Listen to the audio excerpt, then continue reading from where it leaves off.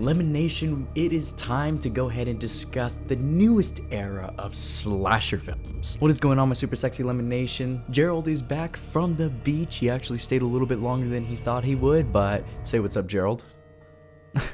But anyways, guys, let's go ahead and dive into the new era of slasher films. As we all have seen many times before, the same traits coming and going within each and every slasher film known to this day. Thanksgiving is the start of a new era for the slasher genre. So let's dive a little bit further into Thanksgiving, a recent slasher film that just came out this past Thanksgiving of 2023.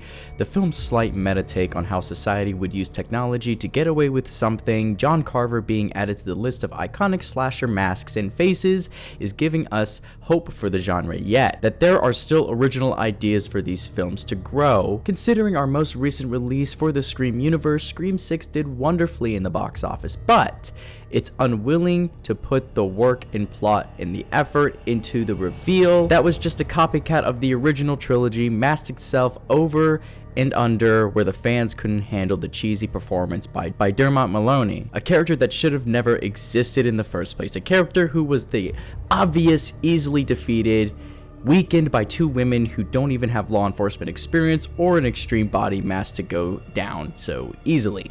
Especially this scene, which made me laugh so fucking much. New rules and regulations of slasher films entering 2024. We will still follow the final girl story. Our characters should be a lot smarter with their choices. And our killers should have a motive dedicated to society's will, and their motive should contain a proper psychotic and scary backstory that involves the final girl. So if you all remember, Queen Latifah actually produced season 3 of the Scream TV series, which was completely off the grid of what happened in the first 2 seasons. Instead of having a final girl, they had a final boy or final man, which to me was fucking stupid as shit. Trying to create something different, which really didn't set the motive, but the killer in it was actually decent. This meaning we are going to be following the traits of a final girl still, this having actual impact on what it's like to actually create a slasher film. The point of these 3 plot points is to drive your audience to an experience as if they were the ones being hunted down by the person in the film. A slasher film that contains emotional intelligence and emotional energy that drives our lead characters to their doom, and they will never stop fighting. But in the end, the characters you love the most are most likely the killer,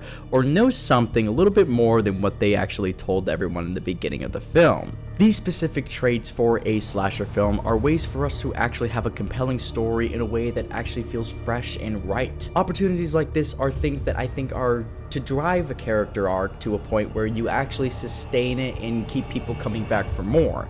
Thanksgiving did a fantastic job with that, which had multiple different survivors killed, and that was an emotional impact on the characters who were actually survivors in the very end, meaning that 2 characters died instead of 1, and that the opportunity for these characters to reflect on that is good for the upcoming sequel. Thanksgiving 2 has officially been announced by Eli Roth, which is going to be an interesting trait to actually see what he can come up with and do for the next installment of the next John Carver story. But guys, in the end, I do believe that we need to follow these rules of standardized regulations, in that if we go back to Scream 4, that was way ahead of its time. The opportunity that Wes Craven had to create a universe with modern technology really built up the suspense of what could happen to these high school students who actually have some motive behind their doing. This meaning that the motive of Scream 4 was actually impactful, but the idea behind the technology being involved in it was way too ahead of its time. Meaning that for Scream 2022, they really wrapped that in, which, to be honest, they need to stop using so many Android phones in this. I get it, copyright shit and all that, but come on. I mean, everyone knows what Apple is. Everyone has an iPhone. Just fucking use iPhones.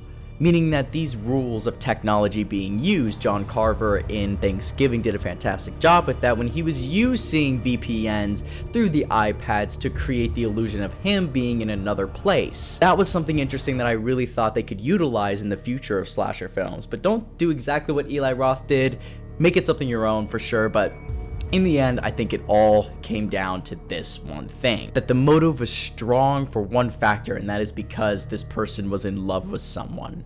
That love can drive someone insane, even when you lose that person that you actually truly loved, along with something else, and this being in Thanksgiving, the pregnancy of his dead mistress. These rules actually have standardized potential, and that means we can increase that over time and have some awesome, interesting things that I think are going to be relevant to the next generation of horror fans. But guys, what do you think about all of this? Leave your thoughts and comments down below. Subscribe to the Lemon Nation if you fucking haven't already. You're insane if you fucking haven't, you fucking loser. I'm joking, guys, I'm joking. But guys, thank you so much for watching this video, and as always, never forget, Gerald, that lemons fly.